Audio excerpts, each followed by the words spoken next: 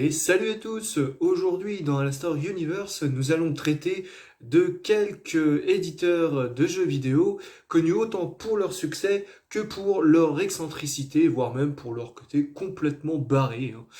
Alors d'Hideo Kojima à Peter Molineux en passant par Infogrames, nous allons découvrir les trois carrières pleines de péripéties, de rebondissements et de loufoqueries de ces trois créateurs de jeux vidéo.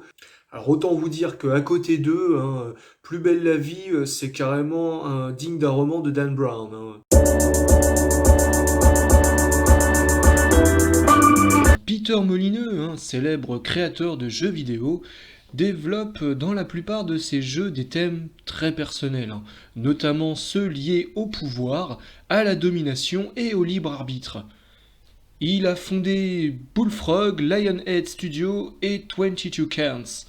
Il a créé de grands jeux à succès comme par exemple Populous, Theme Park, Dungeon Keeper, Black and White et la légendaire trilogie Fable. Pendant la phase de création de certains de ces jeux, et afin de mieux vendre ces derniers, il faisait étalage face aux questions des journalistes de nombreux détails que les joueurs pourront retrouver dans ces jeux.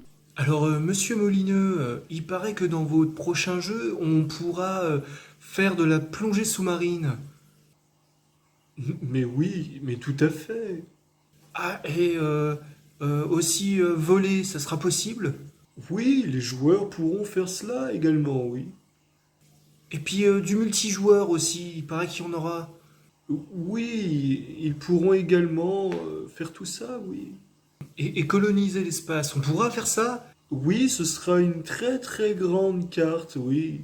Bon, alors déjà, le fait qu'ils disent oui comme ça tout le temps, que oui ceci, oui cela, c'était bizarre, hein. Mais là, après, des fois, ça prenait aussi des proportions vraiment très très étranges. Faire exploser des voitures? Oui, ça supportera la 4K. Allez au pute. Allez au pute, on peut faire ça? Mais évidemment qu'il y aura du multijoueur. Mais donc, vous êtes sûr que vous pourrez faire tout ce que vous venez de dire là? C'est génial! Mais écoutez, je connais mes équipes, je sais comment elles fonctionnent, je sais que ce sont de grands développeurs et qui seront capables de faire ce travail. Ils y arriveront parfaitement. Bon, alors je vous cache pas que tous les développeurs derrière, ils étaient rincés, hein. Ils suent à grosses gouttes et il y en a même qui commençaient à craquer sévère. Ah non mais là, il y en a marre, hein, stop! Il est complètement con ce mec! Faut qu'il arrête de dire oui à tout cet abruti! C'est pas lui qui se paye tout! Moi il y en a marre! Moi je commence à tout cramer, hein. Moi je me casse! En 2012, il organise à travers le jeu Curiosity une sorte de concours où le gagnant pouvait visionner une vidéo de Peter Molineux lui-même. Welcome to the end of Curiosity. We started this experiment back in November of 2012, and we have been completely blown away by how the world has embraced this amazing experiment. En tant que vainqueur, il a été élu afin d'être un personnage de son prochain jeu vidéo, Godius, et qu'il touchera un pourcentage des recettes. Bon, on est quand même le 10 mai 2021 et le jeu est toujours en accès anticipé et les critiques sont extrêmement négatives. Au vu de la pression médiatique engendrée par ces nombreuses déclarations de plus en plus farfelues et par le sabrage total de la part des médias, hein, ils sont littéralement traités de menteurs pathologiques lors d'une interview, Peter Molineux craque et se retire de la scène médiatique. Il sortira tout de même en 2017, dans un silence médiatique total, le jeu The Trail sur iPhone et Android. Alors, mi-génie, mythomane, Peter Molineux aura tout de même su laisser son empreinte dans le paysage vidéoludique, au même titre qu'un certain Hideo Kojima.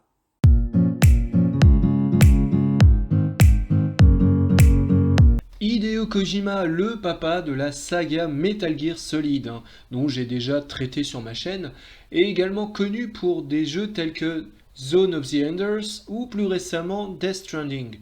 Il est à l'origine de nombreux jeux vidéo ces 35 dernières années, hein.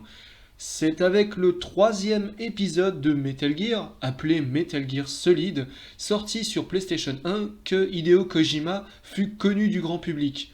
Durant toute sa carrière, Kojima a toujours été un grand perfectionniste, ce qui lui vaudra plus tard des ennuis avec l'entreprise qui l'employait, Konami. Alors en cause, le fait que Kojima se prend un peu pour Dieu dans ses jeux. Faut dire aussi qu'il endosse pas mal de postes à responsabilité dans l'organisation et le développement de ses jeux, comme par exemple un producteur, game designer ou encore directeur de projet. Autant vous dire qu'il enfile toutes les casquettes. Il n'y a plus que celle de Mario qui est dispo là.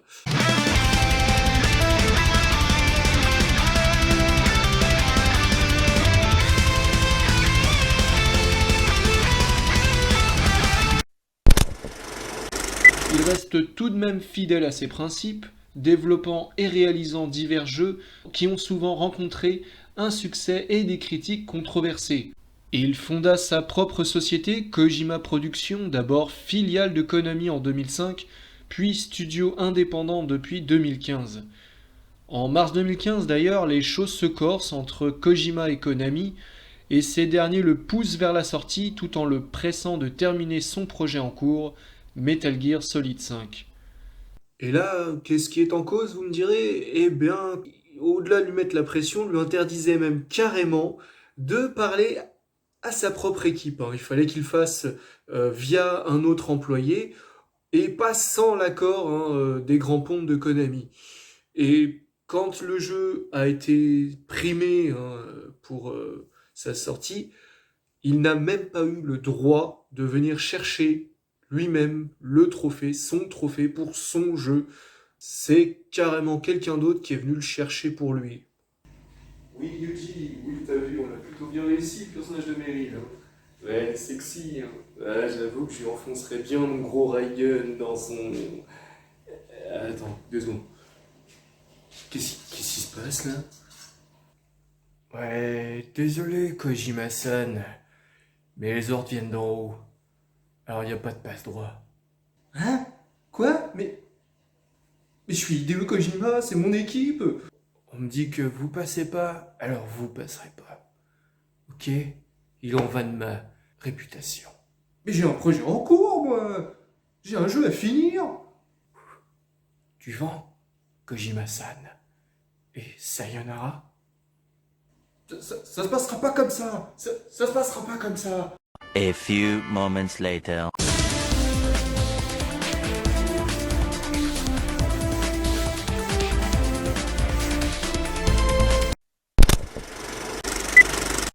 Ce projet aurait dû être le point d'orgue de la saga Metal Gear Solid, et même si le jeu commence très bien, il est malheureusement fini à la pisse. Hideo Kojima quitte définitivement Konami le 16 décembre 2015 et devient indépendant avec sa société Kojima Prod.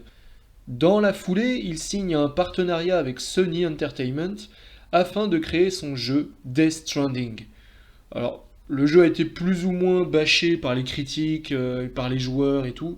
Moi, personnellement, je l'ai adoré.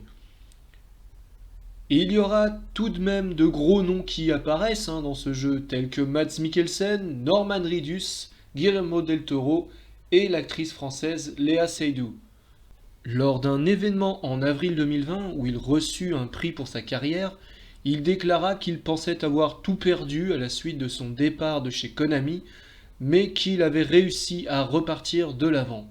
Alors moi perso, qui suis ultra fan d'Hideo Kojima, je lui souhaite bon vent et qu'il nous sorte de beaux projets, notamment dans le cinéma, puisqu'apparemment il voudrait percer dans ce domaine.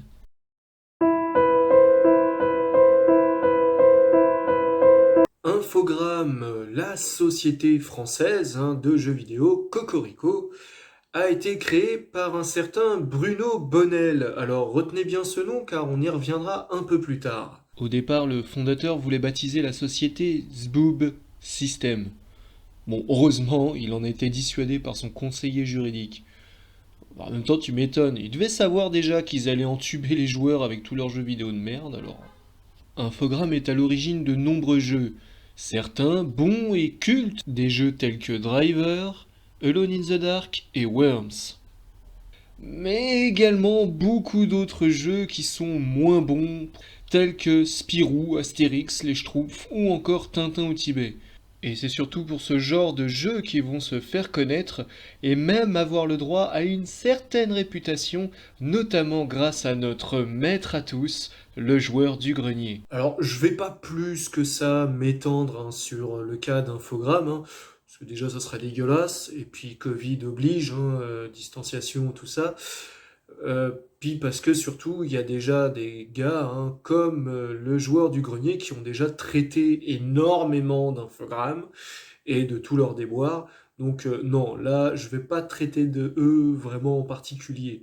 Non, là, je vais plutôt vous parler d'une folle théorie du complot qui aurait été apparemment découverte et qui... Non, alors, tu me laisses faire, la théorie du complot, c'est mon sujet, ok? Alors tu bouges tes miches, je m'y colle. Bon, ok, bon, je lui laisse la place. Bon alors, le complot, il est simple, hein. Ça relie Infogrames à la crise du Covid en France. On a fait le lien grâce à deux éléments, l'ancien PDG de la firme Bruno Bonnel, ainsi que du logo d'Infogrames, un tatou. Bon alors d'abord Bruno Bonnel, l'ancien PDG d'Infogrames qui a pollué pendant des années le paysage vidéoludique, il est devenu député au sein du mouvement politique En Marche. Alors il fait visiblement pas grand chose de son statut, il participe pas des masses à l'Assemblée nationale, mais alors par contre quand il s'agit de se faire grassement payer, il est toujours présent ce salaud. Et puis là il est actuellement grand favori pour devenir le futur président du parti politique. Alors, moi je dis qu'un mec qui a été un tel fléau dans son entreprise de jeux vidéo, qui se retrouve dans un parti politique majeur et qui en plus en deviendrait son leader, qu'on ne vienne pas me dire qu'il n'y est pour rien pour la gestion de merde de la crise du Covid et dans l'avenir incertain en France. Ça pue le complot. Bon, en second point, le logo de Infogrames, c'est un tatou. Le tatou, c'est quoi? C'est un cousin du pangolin, tous deux faisant partie de la famille des mammifères édentés. Coïncidence? Je ne crois pas. En plus, regardez, à la base le logo d'Infogrames, il était mignon et coloré. Maintenant, il est sombre et presque informe. Image représentative de la France actuelle.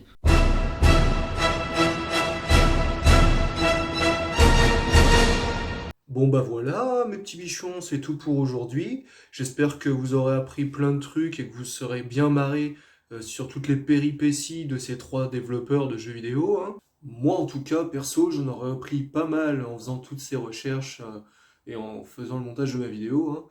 Donc voilà, et je me suis vachement bien éclaté. Bah écoutez, je vous dis à la semaine prochaine dans Alastair Universe.